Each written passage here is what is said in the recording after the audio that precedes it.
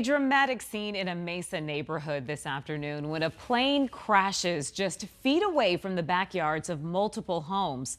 This happened about a quarter mile west of Falcon Field. Good evening and thanks so much for joining us for 12 News at 10. I'm Kariba Devine. I'm Mark Curtis. Officials say despite the damage, the pilot and passenger were able to walk away without any injuries. 12 News journalist Bianca Bono talked to neighbors who were shocked to see the wreckage that narrowly missed their homes.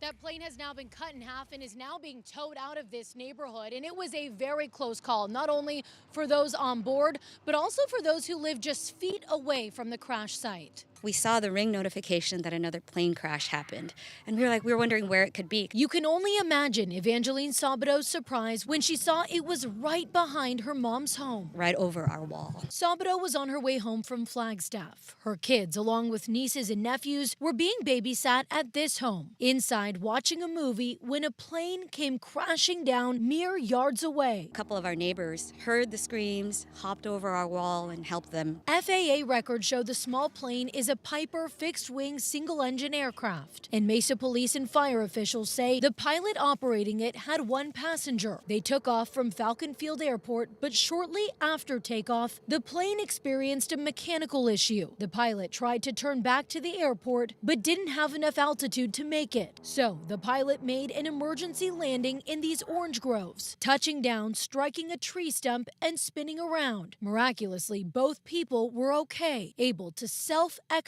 from the plane. Just heard this loud bang. It sounded almost like, like thunder. Zachary Wall heard it happen, not realizing it was a plane until a neighbor came to his front door. I kept hearing someone repeatedly shout the F word over and over, and I thought, well, someone just probably got, totaled their bike or something, and so I just went in, think nothing of it. Then 30 minutes later, my neighbor across the street bangs on my door and is like, "Did you see it?" And I'm like, "What?" And he said, there's a plane that just crashed right behind your backyard. He too was surprised to see just how close it was to his home. And my brother's room is right there, and that's about 30 yards, 20 yards from where he sleeps at night, and it's very concerning. As the wreckage is towed away and investigators work to learn more about what caused the crash, neighbors are thankful to be okay. But after 5 people tragically died in another crash just last month, also at Falcon Field, they're concerned something like this could happen again. People are concerned. They are on the Ring apps. People are talking about it and wondering what we can do to either make sure the pilots are more safe and the people who live right around here are as well. And we did see a Falcon Field official out here examining the scene along with Mesa police, likely working to determine exactly what caused this crash. But again, despite the damage, no injuries to report. We're in Mesa. Bianca Bono, 12 News. All right, Bianca, thanks. Tonight, the Tempe Fire Department is mourning the loss of Captain Scott Latham, who passed away today from a rare form of cancer. He joined the department in 2013 and was a member of the technical rescue team and also a medic for the SWAT and dive teams. He was also the captain of the first truck to arrive at the Tempe Town Lake train derailment back in 2020. Captain Latham was 39 years old and is survived by his wife and 2 children. Also developing tonight, Phoenix police say that a man has died after a crash near 43rd Avenue in Northern. Another 3 adults and a teenage girl were taken to the hospital with non-life-threatening injuries. 43rd Avenue is closed while detectives investigate. Phoenix police have not said what led up to the crash. We have an update tonight on a deadly crash that happened last night in Glendale. Glendale police say the driver of a stolen car was killed in the crash near 67th Avenue. Officers say the car also was driving with its headlights turned off. Another car driven by a grandmother carrying her 2 grandchildren didn't see the stolen car and turned in front of it. All 3 of them were taken to the hospital with minor injuries. A passenger in the stolen car suffered life-threatening injuries. Officers recovered handguns and other items that had been reported stolen. So far, no arrests have been made. Now from the 12 News I-Team, a new development in our docu-series, He Made Me Do It. There will be no new charges for Matthew Jones, the man convicted last year in a high-profile armed robbery in Anthem. His co-defendant accused him of forcing her into the crime and abusing her before and after the robbery. And as the I-Team's Erica Stapleton found, the sheriff's office won't be bringing a new case. For the first time, She's just been saying a whole bunch of crazy We're hearing Matthew Jones's side of the story. Both he and Helen Simmons were charged and convicted in a violent robbery at a jewelry store in Anthem, where Jones shot and injured the jeweler. Victim has gunshot wounds, right? Multiple gunshot wounds, yeah. While Helen smashed empty cases. But after Helen's arrest, she accused Jones of abusing her before and after the robbery and said he forced her into the crime. He made me tell me he was gonna kill me. I was so scared. I thought I was gonna get shot. Helen Simmons and Matthew Jones were both sentenced to prison in the robbery case, while MCSO opened 2 cases for Helen's allegations against Jones, one for sexual assault, the other for domestic violence. The I-Team found Jones had a history of hurting women. Records show a conviction in Arizona for unlawful imprisonment and aggravated assault involving another woman he met online. He also has a criminal history in California. In July 2024, investigators went to interview Matthew Jones in prison about Helen's allegations. Do you want to tell me a little bit about your sex life with her? No? That sounds crazy. In the interview, Jones admitted to being with Helen before and after the robbery, but denied ever hurting her. I didn't do any of the that she said, though, so far. Other questions he shut down. Have you ever, strangled, choked, or anything? I don't even want to talk about all that type of. As for the bruises, he said Helen hurt herself. You're over here with bruises on your face from punching yourself in the face. And whether she could leave him? I didn't control her. She had a choice. After this interview, the detective wrote that he didn't have enough probable cause to submit the sexual assault case to the Maricopa County Attorney's Office. Some determining factors that Helen Simmons and Matthew Jones's stories did not match up. And a lack of physical evidence, the detective noting that he couldn't get a hold of Matthew Jones's sister, a potential witness, and that by the time he started on the case in 2023, he couldn't collect any DNA.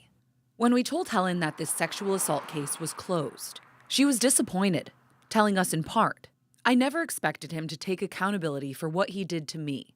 I feel like a lot of sexual assault cases are he said, she said, and there's very little evidence. But how do people get justice then?" MCSO declined our interview request, but answered some of our questions over email, saying they were able to search Helen's phone, but not Matthew Jones's. Both Helen and Matthew mentioned Tinder and other apps in their interviews, but MCSO said it never reached out to those companies for any records that could be related to these cases. We're still waiting to hear back on why Helen's alleged injuries weren't examined when she first met with MCSO. They said that Helen's actions in the robbery case did not change that she was a victim in the sexual assault case. The domestic violence case is still open, but records indicate it hasn't been updated since 2023.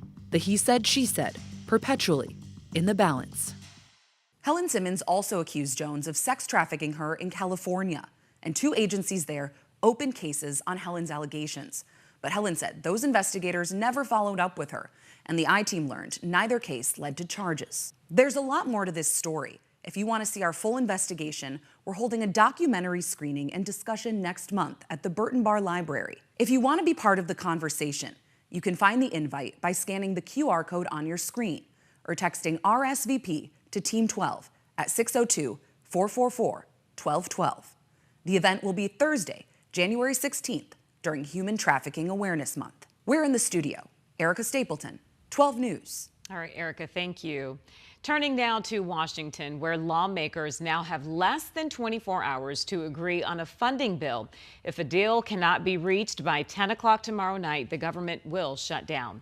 If that happens, thousands of federal workers in Arizona and across the country would be furloughed.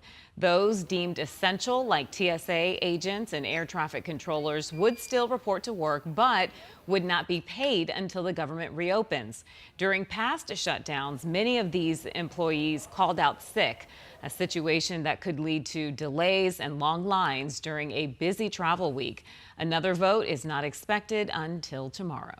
A Phoenix police officer shot in the line of duty back in September received a hero's welcome at tonight's Grand Canyon University basketball game. 12 News journalist Kyle Simchuk shows us how the team and fans honored his service and bravery.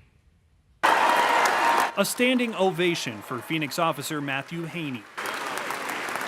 More than 3 months after he was shot and his partner was killed. Officer Haney standing on center court with his wife and son, receiving the honorary game ball at tonight's GCU men's basketball game. And they gave us a chance to honor a hero, Matthew Haney, who really sacrificed himself several months ago and was shot in the line of duty. It was September 3rd when Haney and Officer Zane Coolidge were investigating a car break-in near 16th and McDowell. They chased after the suspect, Saul Ball, who police say started shooting at the officers, hitting them both. Officer Coolidge died at the hospital days later, leaving behind a loving family, including his wife and 5-month-old daughter. Officer Haney continues to recover and has since returned to work on light duty. As chief, I get to see the love that this community has for us very, very frequently. Many times the men and women that do the work, the hard work every single day, don't get to see it. It's great for them to be able to feel that love. Tonight is Hometown Heroes Night at GCU, a fitting title for Haney and a reminder of the risk men and women of law enforcement take every time they put on a uniform. Those are scars that don't heal easily, and it probably never will. But we go on because we have a very important mission to complete. In Phoenix, Kyle Simchuk, 12 News. Good to see that officer on the mend. Thanks, Kyle.